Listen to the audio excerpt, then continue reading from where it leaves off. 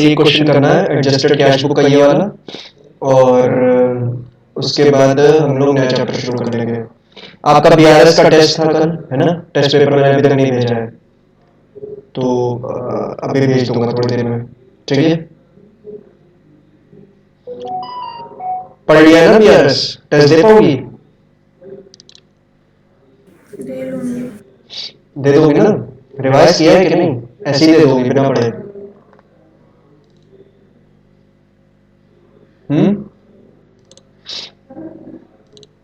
बिना पढ़े दोगी कि पढ़ के दे रही हो? पढ़ के दे दूंगी। हाँ ठीक है, हो सकता है अभी क्लास में भेज देता हूँ, टेस्ट पेपर तो बना रखा हुआ है जमानों पहले का, बस फोटो क्लिक करके सेंड ही तो करना है, कल भूल गए थे, अभी करते हैं।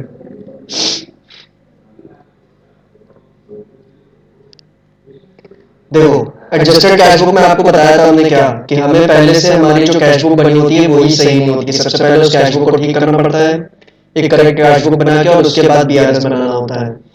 तो क्या कह रहा है, bank balance as per cash book is 80,000 रुपए, बैंक बैलेंस यानी debit balance as per cash book.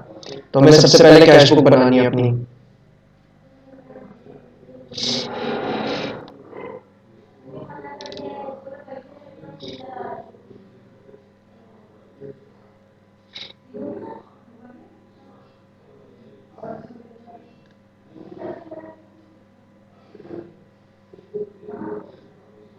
ये हमारी कैश बुक हुई,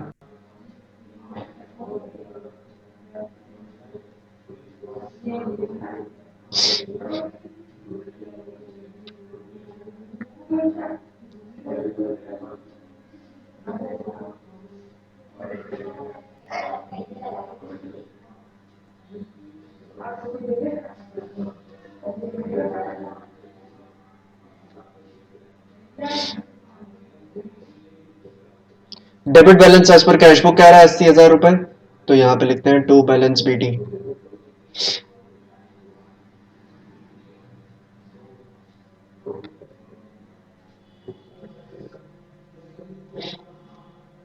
checks issued but not encashed up to 31 March 2019, 20,000 रुपए।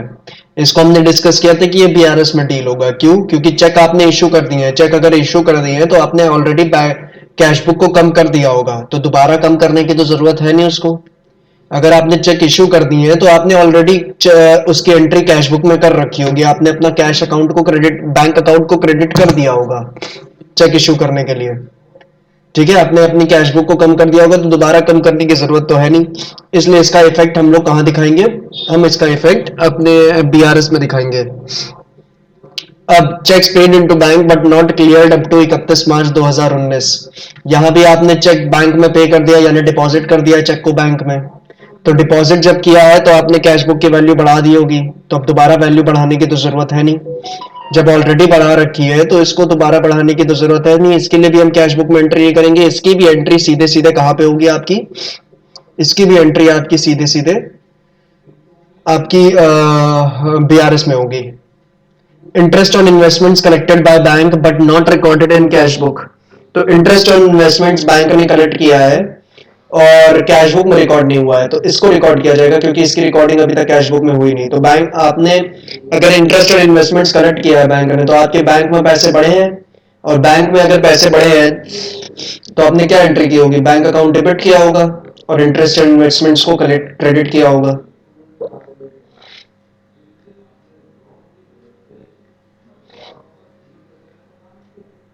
बैंक डेबिट है तो इधर डेबिट साइड पे एंट्री करते हैं, नाम सामने वाले का, to interest on investments account 1,000। Next,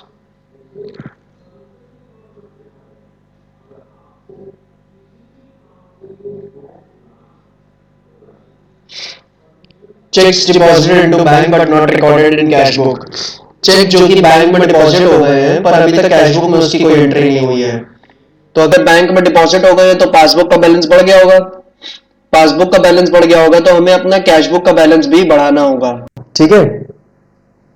अगर पासबुक का बैलेंस बढ़ गया होगा तो हमें अपने कैश बुक का बैलेंस भी बढ़ाना होगा। तो कैश बुक का बैलेंस बढ़ाने के लिए क्या करोगी? डेबिट की क्रेडिट? कैश बुक को? कैश बुक का बैलेंस बढ़ाने के लिए उसको डेबिट की करोगी कि क्रेडिट? उसमें बढ़ाना है कैश बुक में,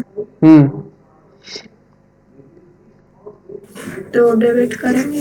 हाँ, तो डेबिट किया जाएगा उसे।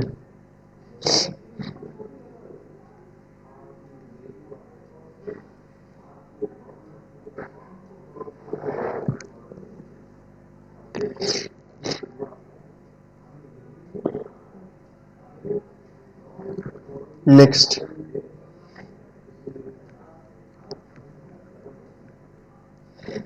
Bank charges debited in the bank statement but not recorded in cash book.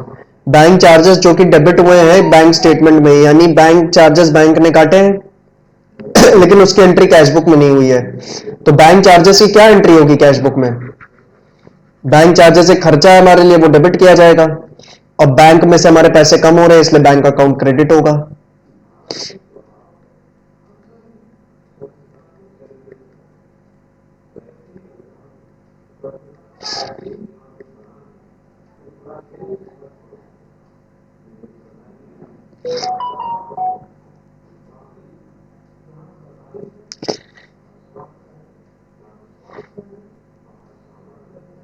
Last है, अ बिल फॉर 20,000 रुपए was discounted with the bank and recorded in the cash book as 20,000 रुपए। The proceeds credited by the bank to the account was 18,500 रुपए। ठीक है, एक bill था जो कि बैंक ने डिस्काउंट किया, जिसको बिल डिस्काउंटिंग का कॉन्सेप्ट आपको पिछली क्लास में बताया था, क्या था वो? बिल डिस्काउंट, हाँ, फिर से रिपीट कर दीजिए। बिल डिस्काउंट करवाने का कॉन्सेप्ट आपको पिछली क्लास में एक्सप्लेन किया था, क्या होता है, तो उसको एक्सप्लेन करिए, दोबारा रिवाइज करवाइए। और क्या?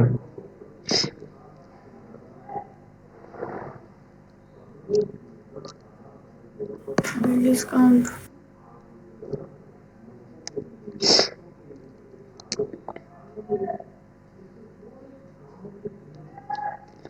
सर इतना लंबा कॉन्सेप्ट था, हमको कहां से याद रहेगा ये? मान लो मैंने आपसे सामान खरीदा है, ठीक है, 40,000 रुपए का, मुझे 40,000 रुपए क्रेडिट पे खरीदा है, मुझे 40,000 रुपए आपको फ्यूचर में देना है, मैं कह रहा हूं 1 महीने बाद दूंगा, आपको मुझ पर विश्वास नहीं है, ठीक है, तो आपने मुझसे बिल लिखवा लिया, मतलब रिटर्न में करवा लिया कि मैं 1 महीने बाद आपको पैसा दूंगा, तो वो जो बिल लिखवाया है वो आपका बिल्स रिसीवेबल होता है।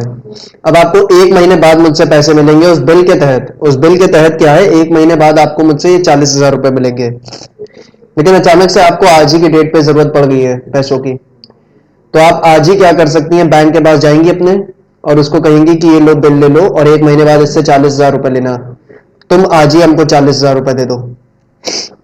ठीक है, अपने बैंक से आप क्या कहेंगे कि ये लो बिल पकड़ो, इससे 40,000 रुपए 1 महीने बाद ले लेना, लेकिन तुम आज ही की डेट पे हमको 40,000 रुपए दे दो क्योंकि हमारे लिए जरूरी है।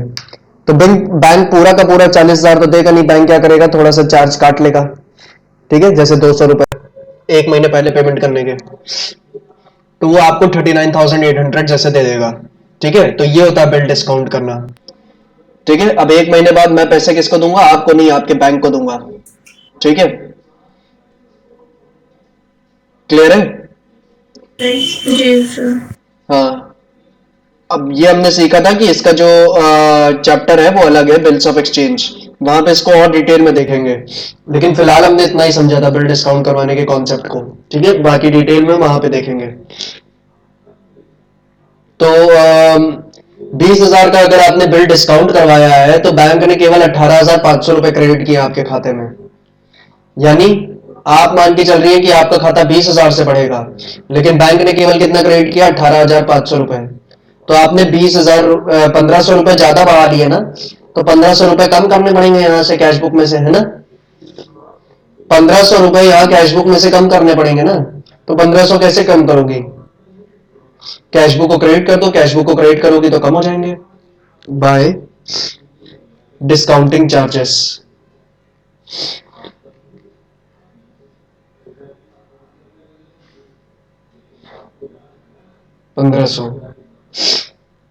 अब आपका असली debit balance as per cash book कितना होगा, जो भी यहां बैलेंस बचेगा। ठीक है, डेबिट में है 1,06,000 रुपए, ठीक है, डेबिट में है 1,06,000 रुपए और क्रेडिट में है 1,700 रुपए। क्रेडिट में है और ये डेबिट में है, तो बैलेंस कितना बचेगा? बैलेंस कहाँ बचेगा? पहले तो बैलेंस बचेगा क्रेडिट में, क्योंकि क्रेडिट में अमाउंट कम है। ठीक है, अब कितने रुपए का बैलेंस बचेगा? तो 1,06,000 माइनस 1,700 रुपए कर दो, कितना आएगा? 1,04,300। ठीक है, तो आपका असली debit balance as per cash book कितना हुआ? 1,04,300। 1,06,000 आपका टोटल हुआ। ठीक है, तो अब बताओ मैं बीआरएस बनाना किस बैलेंस से शुरू करूंगा? 80,000 रुपए से शुरू करूंगा कि 1,04,300 से शुरू करूं? 1,04,300। हाँ, 1,04,300 से मैं बीआरएस बनाना शुरू करता हूं, उसको लिखूंगा debit balance as per cash book. मेरा आंसर आएगा पासबुक में। ठीक है, और उसमें मैं कौन से दो आइटम एडजस्ट करूंगा? उसमें मैं सिर्फ दो आइटम्स एडजस्ट करूंगा। कौन से? पॉइंट नंबर 2 और पॉइंट नंबर 3 वाले। क्यों? क्योंकि पॉइंट 4, पॉइंट 5, पॉइंट 6, पॉइंट 7 इन सबको तो मैंने इस कैश बुक के अंदर ही सॉल्व कर दिया है। पॉइंट 4, पॉइंट 5, पॉइंट 6, पॉइंट 7 को मैंने कैश बुक के अंदर ही सॉल्व कर दिया, तो दोबारा थोड़ी वो सॉल्व होंगे। तो सिर्फ दो ही पॉइंट बचे, कौन से? पॉइंट 2 और पॉइंट 3। तो इनको सॉल्व किया जाएगा बीआरएस के अंदर। ठीक है,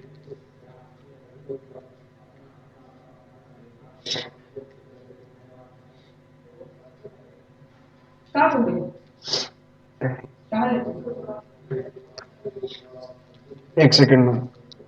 तो आप बनाना शुरू करिए फिर इनको। ठीक है, बीआरएस बनाइए इस वाले का।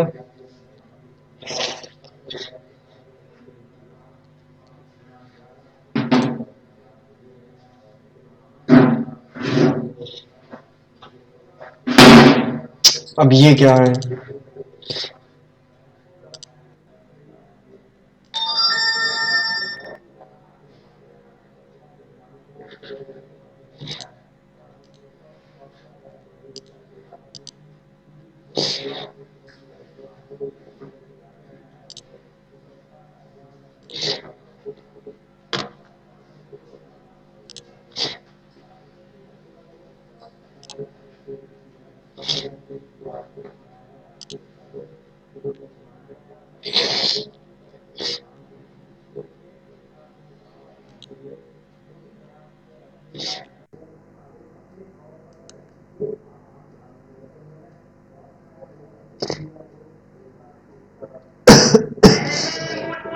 मम्मी,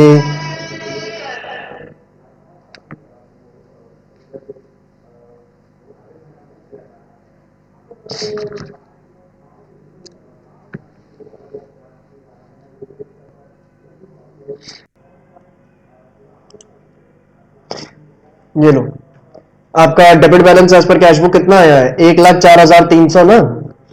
अब बनाओ इसका और निकालो आंसर क्या होगा। इसमें से कुछ पॉइंट का बनाना है, पॉइंट नंबर 2, 3। बस, और क्या? क्योंकि 4, 5, 6, 7 तो आप कैश बुक में एडजस्ट कर चुकी हो ना, तो दोबारा थोड़ी इसको एडजस्ट किया जाएगा। 4, 5, 6, 7 को अगर कैश बुक में एडजस्ट कर दिया गया तो दोबारा थोड़ी एडजस्ट किया जाएगा, सिर्फ पॉइंट 2 और पॉइंट 3 को एडजस्ट किया जाएगा बीआरएस में। ठीक है। ओके।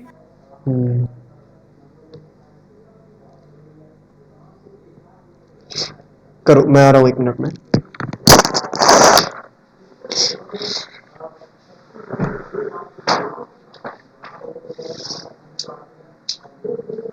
तुम्हारा बोली नहीं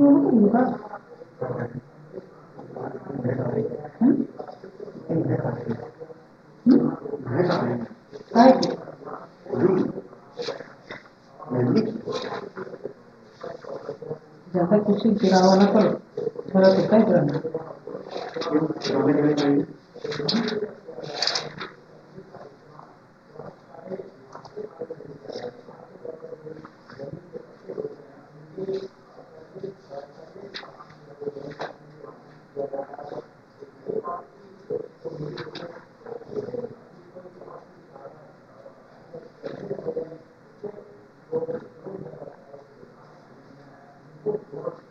मुट्ठी कहीं चलो रात में पूजा करिए।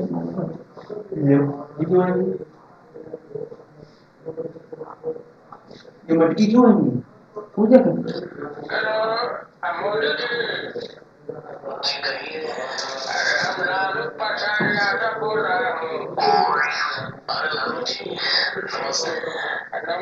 नमस्ते। अब पेट्रोल डीजल कब करोगे ससुर? बहुत अच्छा कर लेते हैं नानी जी।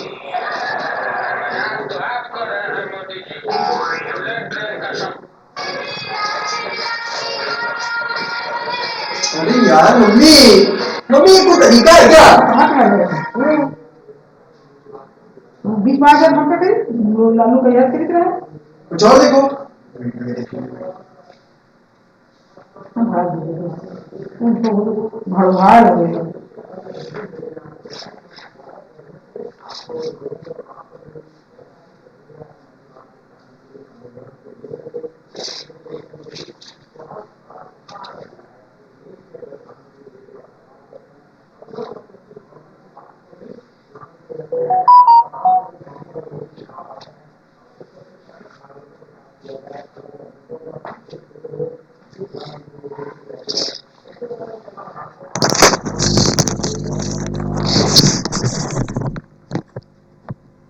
Hello hello.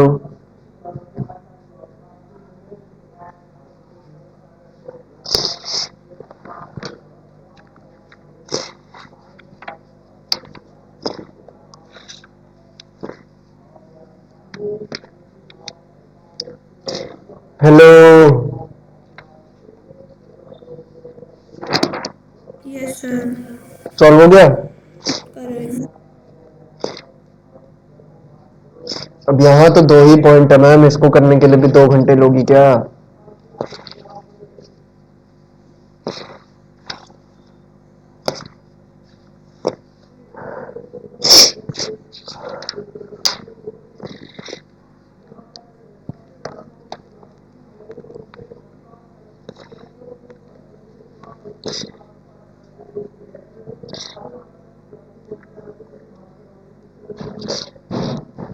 बैलेंस कितना था? 1 लाख।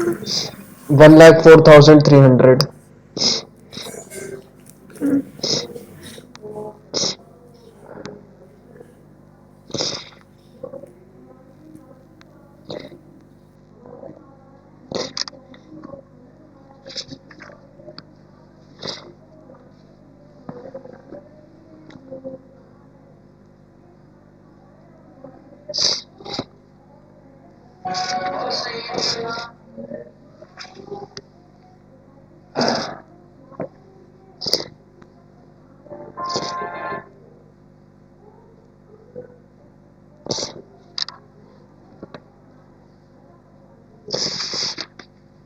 अच्छा, इसमें हम लोग का वो पावर कैश बुक पे कि पासबुक पे? कैशबुक मैम, कैशबुक ही तो बनाई थी अभी। Debit balance as per cashbook आया था 1,04,300, है ना? अगर सर ये मैंने वाले क्वेश्चन आप जस्ट बना दीजिएगा, मैंने इसकी प्रैक्टिस नहीं की थी ना इसलिए। क्या? ये वाले क्वेश्चन ना दीजिएगा सर आज टेस्ट में। ये वाला क्वेश्चन टेस्ट में भेज देंगे? ना दीजिएगा। अच्छा, ये वाला वैसे पेपर में नहीं आता है तो मैं कैसे दे दूं?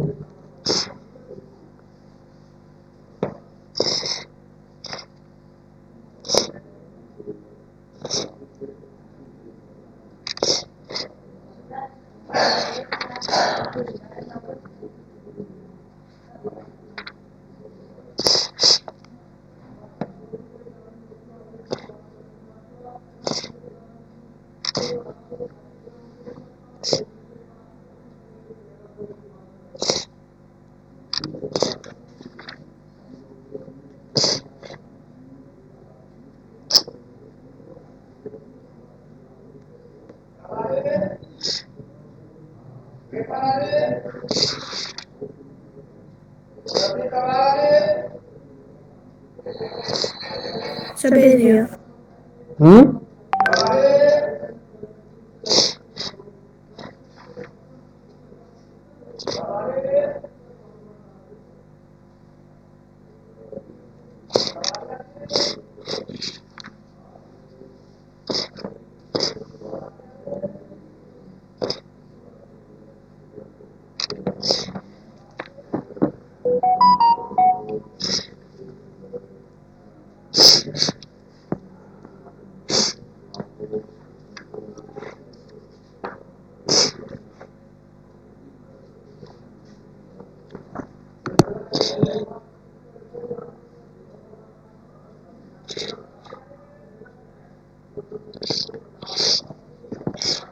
एट 20,000 माइनस 30,000 94,300 बचेगा मैम, है ना, प्लस का 94,300 बचेगा,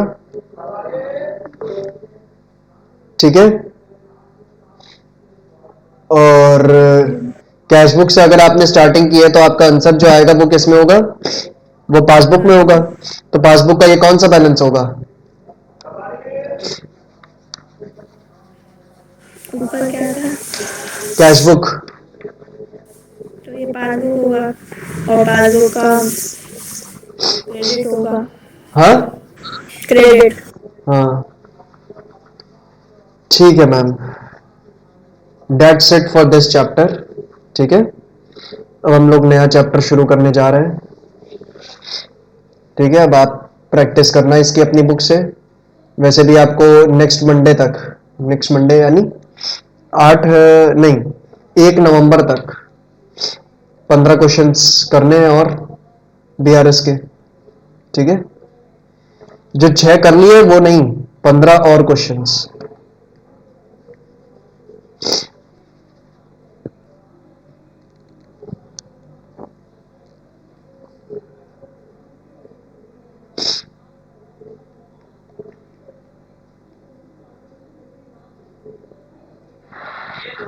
मम्मी नया चैप्टर है सब्सिडरी बुक्स, बहुत ही इजी चैप्टर है। फाइनल्स में आने के चांसेस कम है, अगर फाइनल्स में आया तो 4 नंबर का आ सकता है, और अगर हाफ ईयरली में आएगा तो 4 से 6 नंबर का आएगा, ठीक है। यही इस चैप्टर की वेट है, मान के चलो 4 से 6 नंबर। तो फिर सबसे ज्यादा किसमें से आता है? फाइनल अकाउंट्स 12 से 16 नंबर का, एनपीओ से आता है 8 नंबर का, ठीक है। किससे? एनपीओ एक लास्ट चैप्टर है आपका। चलो फिलहाल सब्सिडरी बुक्स पढ़ते हैं, छोटा चैप्टर ही सही, आसान चैप्टर ही सही, लेकिन चैप्टर तो है, पढ़ना तो है। 4-6 मार्क्स का है, बिल्कुल कूल रहने वाला चैप्टर है, बहुत ही आसान चैप्टर है। डेबिट क्रेडिट के रूल्स इसमें भी ज्यादा नहीं है, ठीक है। सिंपल हिसाब रखने का हिसाब किताब है। तो आपको बताया था जब हम लोग कैश बुक पढ़ना शुरू किया था कि आप बुक्स ऑफ मतलब अगर कोई भी ट्रांजेक्शन जर्नल में रिकॉर्ड करना ना चाहो, ठीक है, कोई भी ट्रांजेक्शन सबसे पहले जर्नल में रिकॉर्ड होता है, लेकिन आप जर्नल प्रिपेयर ना करना चाहो तो जर्नल की जगह आप ये सब्सिडरी बुक्स प्रिपेयर कर सकते हो, ठीक है।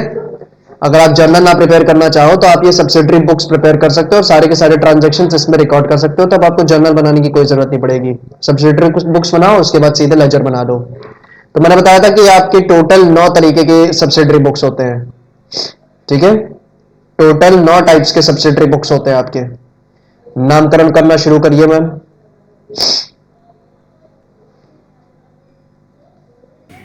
सबसे पहले जर्नल प्रॉपर। सबसे पहले नहीं, वो सबसे लास्ट की चीज है। सबसे पहले कैश बुक, मैं लाइन वाइज नहीं बता रही हूँ।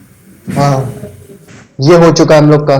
फिर चलो जर्नल प्रॉपर ले लेते हैं, करना तो है ही। Bills, paper book, BR book, BP book, BP, फिर फिर 10 होते हैं मैम, एक रह गया, 10 बुक्स होते हैं टोटल। Purchase, sales, purchase return, sales return,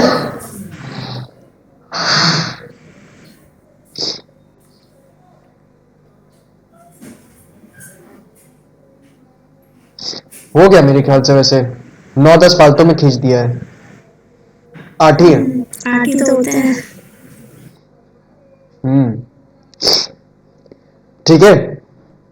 तो cash book, purchase book, sales book, purchase return book, sales return book, BR book, BP book, journal proper, ये 8 तरीके की सब्सिडरी बुक्स है। अगर आप एक जर्नल बनाने से बचना चाहते हो तो आपको ये 8 बुक्स बनानी पड़ेंगी। लोग ये ऐसा काम क्यों करेंगे आप कहेंगी, इससे अच्छा तो जर्नल ही बनाए। लेकिन अगर उसके पास कोई छोटा बिजनेस है, उसके पास ट्रांजेक्शन वगैरह कम हो रहे हैं, तो क्यों डबल एंट्री के हिसाब से अपनी जर्नल वर्नल बनाए बैठ के। वो कहेगा हम सिंपल सब्सिडरी बुक्स बना लेते हैं, क्योंकि सब्सिडरी बुक्स बनाने का कॉन्सेप्ट बहुत ही सिंपल है। सिंपल हिसाब रखना है, डेबिट क्रेडिट का कॉन्सेप्ट बहुत ही थोड़ा सा है इसमें, ठीक है। तो सिंपल हिसाब किताब रखना होता है सब्सिडरी बुक्स में, इसलिए कहते अगर ट्रांजेक्शन्स कम है तो बिजनेसमैन कहते हैं हम यही करेंगे, यही बनाएंगे। हम लोगों ने सीखा था कैश बुक में सारे कैश रिलेटेड ट्रांजेक्शन्स रिकॉर्ड होते हैं, ठीक है। जहां भी बिजनेस में कैश आएगी जाएगी, कैश का इनफ्लो आउटफ्लो होगा वो कैश बुक में रिकॉर्ड होगा, ठीक है। तो इसीलिए अगर कैश परचेजेस आप कर रहे हो, कैश परचेजेस कर रहे हो तो आपके हाथ आपके पास से नगद कैश जा रही है, ठीक है। अगर आप कैश परचेजेस कर रहे हो तो आपके पास से नगद कैश जा रही है, और नगद कैश जा रही है तो क्या होगा, नगद कैश जा रही है तो वो कैश बुक में रिकॉर्ड होगा, ठीक है। तो परचेज बुक में क्या रिकॉर्ड होगा, परचेज बुक में केवल और केवल क्रेडिट परचेजेस रिकॉर्ड होंगी, यानी उधार की परचेजेस, सिर्फ और सिर्फ उधार की परचेजेस इसमें रिकॉर्ड की जाएंगी, क्योंकि कैश परचेजेस कहां जा रही हैं, कैश बुक में, ठीक है।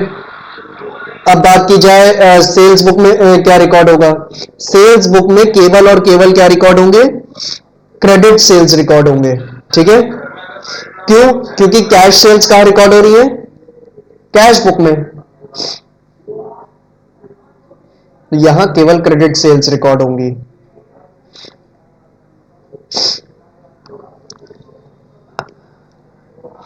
परचेज रिटर्न में परचेज रिटर्न रिकॉर्ड होगा, सेल्स रिटर्न में सेल्स रिटर्न रिकॉर्ड होगा, इसमें तो कोई दिक्कत नहीं है। बीआर बुक में जितने बीआर आपको मिले हैं और फिर उन बीआर की पेमेंट्स जब मिल जाएंगी, यानी बीआर से रिलेटेड सारी चीजें रिकॉर्ड होंगी, और बीपी में बीपी से रिलेटेड सारी चीजें रिकॉर्ड होंगी, ठीक है। तो इसमें ज्यादा डिस्टिंक्शन नहीं है, ठीक है। बीआर बुक में अगर बीआर मिला है तो ये चीज रिकॉर्ड होगी, और साथ ही साथ जब आपने बीपी दिया है तो वो बीपी बुक में रिकॉर्ड होगा। जब बीआर की पेमेंट मिल जाएगी तो वो बीआर बुक में रिकॉर्ड होगा, जब बीपी की पेमेंट कर दोगे तो वो रिकॉर्ड होगा बीपी बुक में, ठीक है। अब बात की जाए आगे कि क्या सर इसके अलावा और कुछ रिकॉर्ड होता है इसमें, इसके अलावा कुछ नहीं रिकॉर्ड होगा, ठीक है। जिस चीज के लिए बुक बन रही है सिर्फ उसी से रिलेटेड चीजें रिकॉर्ड होंगी। जैसे कि परचेज बुक में क्या परचेज ऑफ एसेट रिकॉर्ड होगा, परचेज बुक में बताओ क्या परचेज ऑफ एसेट रिकॉर्ड करना चाहिए, नहीं, क्योंकि परचेज ऑफ एसेट तो अलग चीज हुई ना, परचेजेस का मतलब होता है परचेज ऑफ गुड्स, है ना। परचेजेस का क्या मतलब होता है, परचेजेस ऑफ गुड्स, ठीक है। लेकिन अगर कोई बिजनेस एसेट्स में डील करता है तो उसके उसके लिए लिए अगर एसेट्स में डील करता है तो वो एसेट उसके लिए गुड्स होगा, वो एसेट नहीं कहा जाएगा उसके लिए। फिर अगर कोई भी बिजनेस आपका एसेट्स में डील करता है तो उसके लिए वो क्या कहते हैं, गुड्स कहा जाएगा। जैसे कि कोई बिजनेस फर्नीचर में डील करता है तो फर्नीचर उसके लिए फिर एसेट नहीं हुआ, फर्नीचर उसके लिए क्या हुआ, गुड्स हुआ, ठीक है। क्लियर है बात, जिस भी चीज का आप बिजनेस कर रही हो वो आपके लिए गुड्स होगी, वो एसेट नहीं बन सकती। अगर कोई टीवी, वॉशिंग मशीन, फ्रिज, इन सब की इलेक्ट्रॉनिक्स शॉप है किसी की, ठीक है, टीवी, फ्रिज, वॉशिंग मशीन की इलेक्ट्रॉनिक शॉप है किसी की, तो टीवी, फ्रिज, वॉशिंग मशीन आपके और हमारे जैसे आम लोगों के लिए वो क्या है, एसेट है। लेकिन उस दुकानदार के लिए क्या होगा, वो उसका गुड्स होगा, ठीक है। उसी को बेच बाच के तो वो प्रॉफिट कमाता है, तो वो उसके लिए गुड्स होगा, ठीक है। तो जिस चीज का आप बिजनेस कर रहे हो वो आपके लिए गुड्स होती है। तो गुड्स तो रिकॉर्ड होंगे परचेज बुक में, परंतु अगर आप कोई एसेट खरीद रही हो तो वो थोड़ी रिकॉर्ड होगा परचेज बुक में, ठीक है। एसेट परचेज करने के लिए अलग आपको हिसाब किताब रखना पड़ेगा, वो कहां रिकॉर्ड होगा, वो जनरल प्रॉपर में रिकॉर्ड किया जाएगा। फिर सब्सिडरी बुक्स के हिसाब से कहां रिकॉर्ड किया जाएगा, जनरल प्रॉपर में रिकॉर्ड किया जाएगा। क्यों, क्योंकि जो अगर कोई भी आइटम इन 7 सब्सिडरी बुक्स में नहीं आ पाया है, कोई भी आइटम इन 7 सब्सिडरी बुक्स में कवर नहीं हुआ है, तो सॉरी 7, ये 6 और ये कैश बुक, अगर इन 7 में कवर नहीं हुआ है तो वो कहां लिखा जाएगा, कैश जनरल प्रॉपर में लिखा जाएगा, ठीक है। अगर कोई भी ट्रांजैक्शन इन 7 सब्सिडरी बुक्स में कवर नहीं हुआ है तो जनरल प्रॉपर में लिखा जाएगा। तो एसेट परचेज इनमें से कहीं पे भी नहीं आएगा। अगर एसेट परचेज आपने कैश में की है तो वो कैश बुक में आ जाएगा, लेकिन अगर उधार पे की है तो तो वो कैश बुक में भी नहीं आ पाएगा, तब उसको कहां लिखना पड़ेगा, जनरल प्रॉपर में लिखना पड़ेगा। ठीक है, तो जो इन 7 सब्सिडरी बुक, जो ट्रांजैक्शन इन 7 सब्सिडरी बुक्स में नहीं कवर हो पाएगा वो जनरल प्रॉपर में जाएगा, यानी कूड़ा करकट सब इसी में जाएगा। ठीक है, ओके। अच्छा, अगर कोई ऐसी वो है, मतलब कोई स्मॉल अमाउंट है वो, miscellaneous expenses, miscellaneous expenses cash book में जाएंगे, पेटी कैश बुक बनती तो थी उसके लिए। हाँ तो इसमें ऐड होगा, वो पेटी कैश बुक इसमें बनेगी। पेटी कैश बुक में बनती तो है, तो वो भी तो पार्ट हुई सब्सिडरी बुक्स का। ठीक है, छोटे मोटे खर्चों के लिए क्या होती है, पेटी कैश बुक बनाई जाती है। तो आप समझ गए ना, अगर आपने उधार पे, अगर मान लो आपने सेल किया है एसेट, ठीक है, आपने क्या किया है, एसेट को सेल किया है, तो क्या वो कवर होगा सेल्स बुक में? नहीं, वो सेल्स बुक में नहीं कवर होगा। क्यों? क्योंकि सेल्स बुक में केवल सेल ऑफ गुड्स कवर होंगे। सेल्स का मतलब क्या होता है, सेल ऑफ गुड्स। ठीक है, तो इसमें केवल सेल ऑफ गुड्स कवर होगा, सेल ऑफ एसेट इसमें नहीं कवर होगा। अगर आपने एसेट बेचा है और अगर कैश में बेचा है तो वो कैश बुक में जाएगा, और अगर उधार पे बेचा है तो वो जनरल प्रॉपर में जाएगा। ठीक है, जिसका कोई नहीं होता उसका जनरल प्रॉपर होगा। ठीक, क्लियर है? तो फिर अब हम लोग बढ़ते हैं अपनी पहली टाइप की सब्सिडरी बुक में, मतलब पहली टाइप तो हम कर ही चुके हैं कैश बुक, दूसरी टाइप पे बढ़ते हैं, कौन सी, परचेज बुक पे। ठीक है, तो परचेज बुक में मैंने आपको बताया क्या रिकॉर्ड होगा, केवल और केवल क्रेडिट, उधार की परचेजेस रिकॉर्ड होंगी इसमें।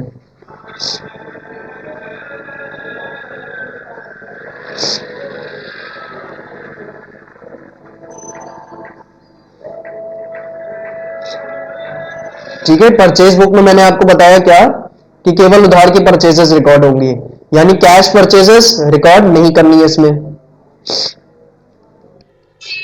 और परचेज ऑफ एसेट भी रिकॉर्ड नहीं करना है इसमें। ठीक है, चलो अब बढ़ते हैं पहले क्वेश्चन पे, परचेज बुक का क्वेश्चन है वो।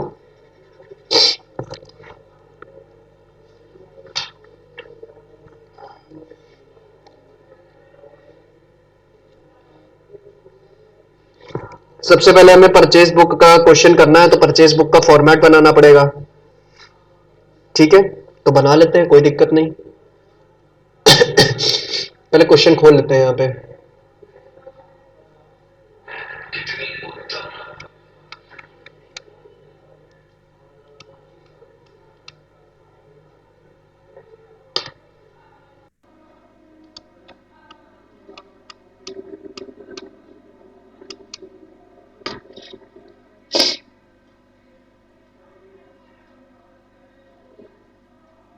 इलस्ट्रेशन 1 ये रहा।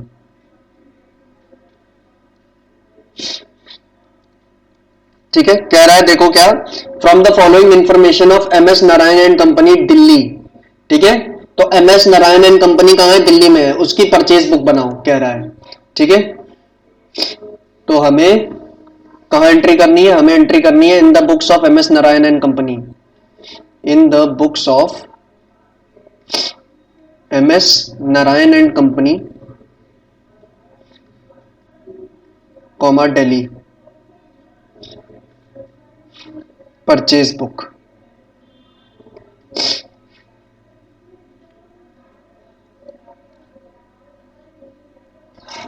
ठीक है, उसके बाद इसका फॉर्मेट बनाते हैं। परचेज बुक का आखिर फॉर्मेट कैसे बनेगा, तो आपको सबसे पहले बनाना है एक डेट का कॉलम। ठीक है, इसको भी कॉपी टेडी करके बनाना पड़ेगा। ठीक है, जैसे आप ट्रिपल कॉलम कैश बुक को बना रही थी, सीधी सीधे पेज पे नहीं बन पाएगा ये। पर्टिकुलर्स, पर्टिकुलर्स का कॉलम यहां तक बना लो, फिर एक छोटा सा कॉलम इनवॉइस नंबर के लिए, या इनवॉइस नंबर में एंट्री करनी पड़ती है कभी कभी, जब इनवॉइस नंबर क्वेश्चन में दिया जाएगा तो इसमें भी एंट्री करनी पड़ेगी। लेजर फोलियो सबसे फालतू का कॉलम, जैसे कि आप जानती ही हैं। एक घंटा से फिर एक डिटेल्स का कॉलम,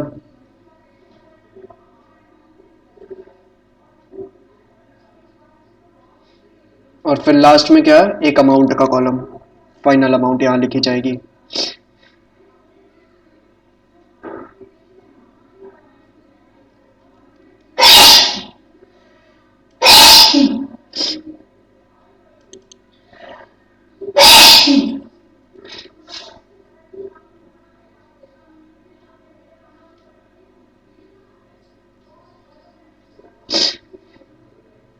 दिख रहा है मैम साफ?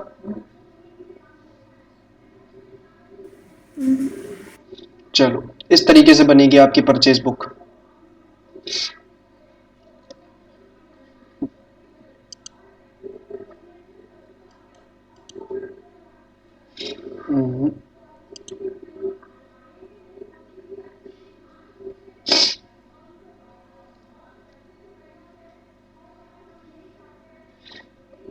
चलो, सबसे पहले देखो क्या कह रहा है, 2020 फरवरी 1 को आपने क्या किया है, परचेज किया है, क्या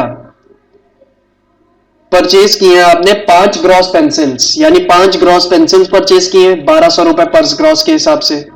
2 दर्जन आपने रजिस्टर खरीदे हैं 500 रुपए पर डजन के हिसाब से। किससे खरीदे हैं? MS brown and company Kolkata से। ठीक है, किससे खरीदे हैं? MS brown and company Kolkata से। तो यहां डेट डाल देते हैं 2020 फरवरी 1। अब जिस व्यक्ति से आपने खरीदा है उसका नाम लिख दीजिए, messrs brown and company comma Kolkata. ठीक है, अब इससे क्या क्या आइटम खरीदा है वो लिख लीजिए। मैंने कहा सिंपल हिसाब किताब करना है, इसमें कोई डेबिट क्रेडिट भी नहीं करना। तो 5 ग्रॉस पेंसिल खरीदी इससे 1200 रुपए पर ग्रॉस के हिसाब से।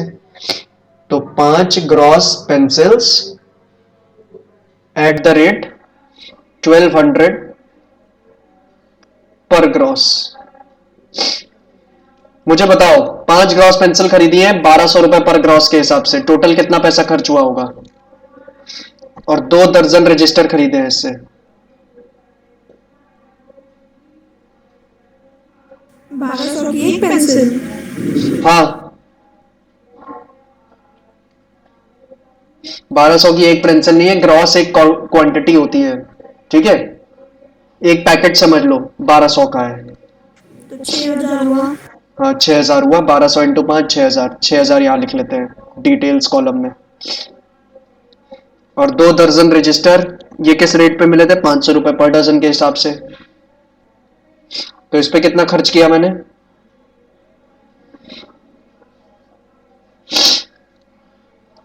इस पे कितना खर्चा हुआ रजिस्टर खरीदने पे?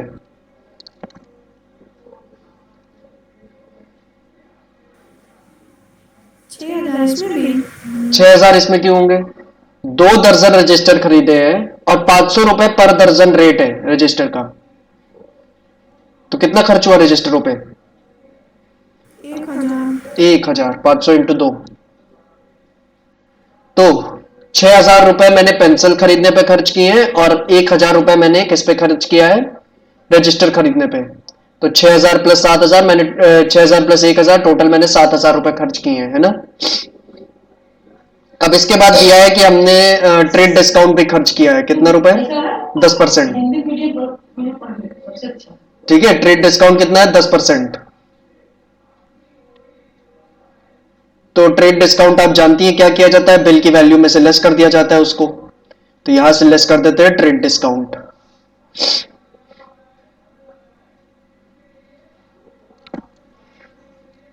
ठीक है, 7000 का 10% कितना होता है? 700। ये लेस किया, कितना आया? 6300। 6300 रुपीज की आपने नेट परचेजेस किए किससे? MS brown and company Kolkata से। ठीक है, MS brown and company Kolkata से आपने कितने रुपए की परचेजेस की है? 6300 की। ठीक है, समझ गई? तो इस तरीके से हिसाब रखना है आपको। अब फरवरी 4 को आपने किससे सामान खरीदा है? पेपर कंपनी दिल्ली से। किससे खरीदा है? पेपर कंपनी दिल्ली से। तो फरवरी 4 the paper company comma Delhi.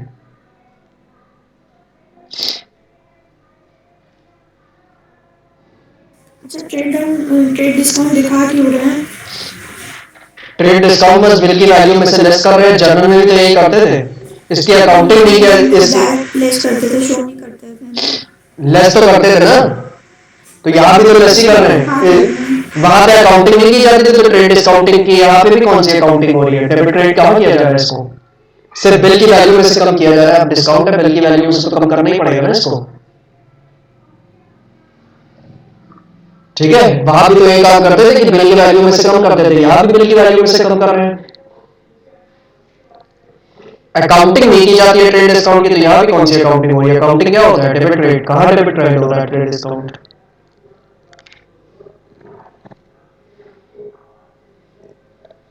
ठीक है, क्लियर है। अब पेपर कंपनी दिल्ली से कितने का सामान खरीदा है, 8 रीम्स ऑफ वाइट पेपर खरीदे हैं 500 रुपए पर रीम के हिसाब से, 8 रीम्स ऑफ वाइट पेपर खरीदे हैं 500 रुपए पर रीम के हिसाब से। रीम कुछ होगा, पैकेट वैकेट होगा, उसको बोलते होंगे, ठीक है। तो कितना, और 10 रीम रूल्ड पेपर खरीदे 600 रुपए पर रीम के हिसाब से, 10 रीम रूल्ड पेपर खरीदे 600 रुपए पर रीम के हिसाब से। तो इस पे कितना खर्च किया,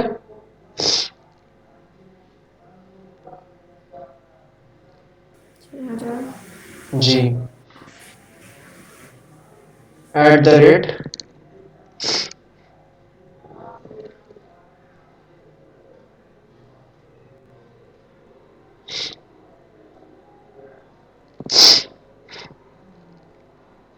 तो ये हुआ 4000,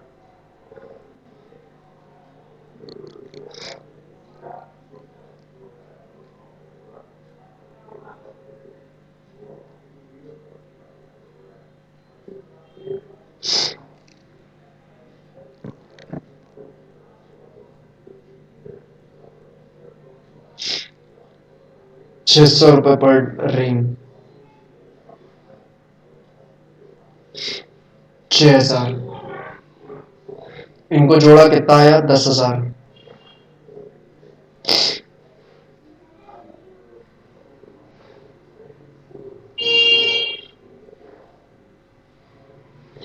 अभी इनवॉइस नंबर में क्या होता है, अगर इसी ट्रांजैक्शन के बीच इस ट्रांजैक्शन का इनवॉइस नंबर दे दिया गया होता, ठीक है, इसी ट्रांजैक्शन के बीच अगर इस ट्रांजैक्शन का इनवॉइस नंबर दे दिया गया होता तो बस हम इसके सामने इनवॉइस नंबर लिख देते इसका। Invoice number column, invoice number 3 से 4 डिजिट का बस। तो उसका काम क्या होता है, बस अगर इनवॉइस नंबर ट्रांजैक्शन के साथ दिया है तो इनवॉइस नंबर को यहाँ डिस्प्ले कर दो बस, और कुछ नहीं होता उसका।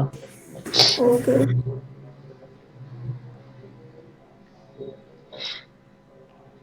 जो अगला क्वेश्चन मैंने भेजा है क्वेश्चन नंबर 2, उसमें होगा ट्रेड डिस्काउंट लेस करेंगे, 10% है, तो कितना होगा इसका 10%,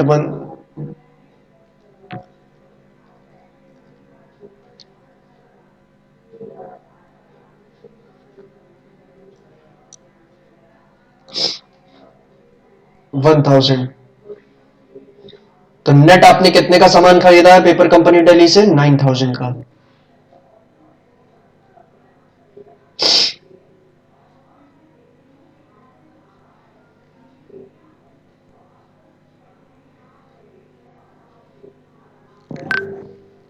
नेक्स्ट, फरवरी 5 को आपने 80 रेलॉन्स पेन्स खरीदे हैं, 5 रुपए ईच दाम है उसका, ठीक है। 80 रेलॉन्ट पेन खरीदे हैं, 5 रुपए दाम है हर एक रेलॉन्ट पेन का। किससे खरीदे, वर्मा ब्रदर्स दिल्ली से, ठीक है। तो फरवरी 5 को क्या किया है आपने, MS Verma brothers comma Delhi, इससे क्या खरीदा है, 80 रेलॉन्स पेन्स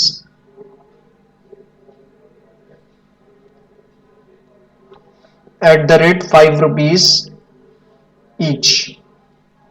तो कितना खर्च किया इस पे, कितना खर्च हुआ इस पे, 400 सीधे अमाउंट के कॉलम में लिख दो, क्योंकि इसके अलावा हमने इससे कुछ खरीदा नहीं, ठीक है। बस हो गया, क्वेश्चन खत्म, इसके आगे कुछ है ही नहीं ट्रांजेक्शन, तो बस इसके बाद टोटल कर दो अमाउंट कॉलम का, ठीक है। 6300 प्लस मैंने 9000। मेरी डिटेल की जगह परचेज लिखा है हाँ, बुक में, फॉर्मेट में परचेज की, सॉरी डिटेल की जगह परचेज लिखा है। डिटेल की जगह, डिटेल की जगह परचेज लिखा है। हाँ, परचेज अमाउंट। अच्छा, परचेज अमाउंट, और उसके बाद फाइनल अमाउंट का कोई कॉलम है?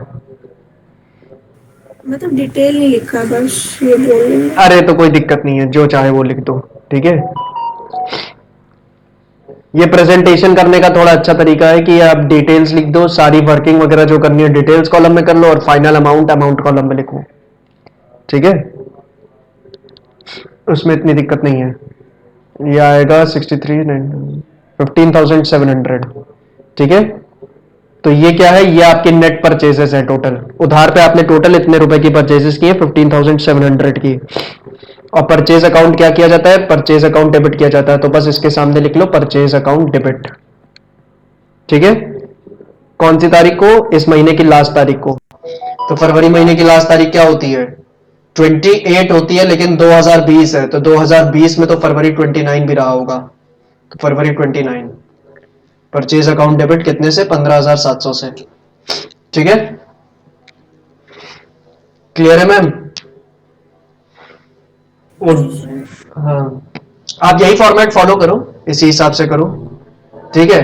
डिटेल्स कॉलम में आपको अगर केवल सिंगल आइटम आप खरीद रही हो किसी से, तो उसके लिए आपको डिटेल्स कॉलम में लिखने की जरूरत नहीं, सीधे अमाउंट कॉलम में ही लिख देना, ठीक है। वैसे आप बुक का भी फॉलो करना चाहो कर लो, परचेज अमाउंट बना लो, परचेज अमाउंट के बाद एक अमाउंट कॉलम, फाइनल अमाउंट का कॉलम बना लो, ठीक है। क्लियर है? ओके। तो इस तरीके से आपकी परचेज बुक बनती है। कोई दिक्कत है इसमें, बताओ। नहीं। तो अब अगला क्वेश्चन देखो जरा।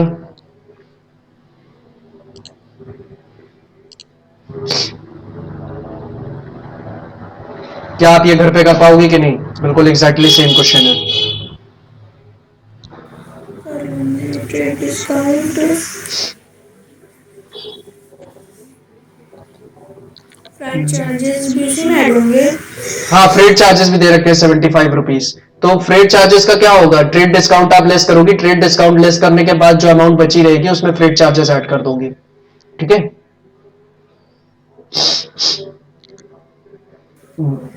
भाड़े वाड़े पे जो खर्चा होता है वो बिल की वैल्यू में ऐड कर दिया जाता है ना। तो आप ट्रेड डिस्काउंट लेस करोगी यहां से, ट्रेड डिस्काउंट लेस करने के बाद जो अमाउंट बची होगी उसमें 75 रुपए का ये फ्रेट चार्जेस ऐड कर दोगी, ठीक है। ओके। चलो फिर मान लिया जाए ना कि आप ये घर पे कर लेंगी। यहाँ पे इनवॉइस नंबर दे रखे हैं, तो इनवॉइस नंबर जो भी दे रखा है, जैसे पहले वाले ट्रांजेक्शन में 210 दे रखा है, तो आपको कुछ इसकी मतलब अकाउंटिंग अकाउंटिंग का हिसाब नहीं रखना है, बस 210 नंबर इनवॉइस का दे रखा है ना कि इनवॉइस नंबर 210 है, तो यहाँ के जब उस ट्रांजेक्शन को यहाँ लिखो तो उसके बगल में बस इसका इनवॉइस नंबर डाल दो कि ये 210 है। फिर अगला ट्रांजेक्शन लिखो तो उसका इनवॉइस नंबर कितना दे रखा है, 18, तो यहाँ 18 लिख दो, ठीक है। बस इनवॉइस नंबर को मेंशन कर देना है यहाँ इनवॉइस नंबर वाले कॉलम में, हर ट्रांजेक्शन के बगल में, ओके। ठीक है। चलो समझ में आ गया, बढ़िया है। अब हम लोग नेक्स्ट क्वेश्चन करते हैं, फिर ये आपका होमवर्क है। देखो क्या है, record the following transaction of MS Kishore and sons Delhi in their sales book, ठीक है। तो इन ट्रांजेक्शन्स को रिकॉर्ड करना है एमएस किशोर एंड सन्स के उनके सेल्स बुक में, तो उनकी सेल्स बुक बनानी है अब, ठीक।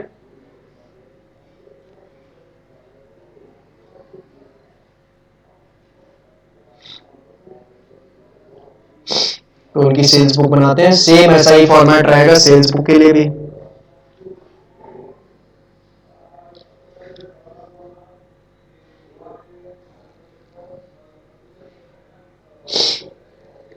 इस चैप्टर का यही फायदा है, हर चीज में फॉर्मेट नहीं बदलेगा, फॉर्मेट यही रहने वाला है।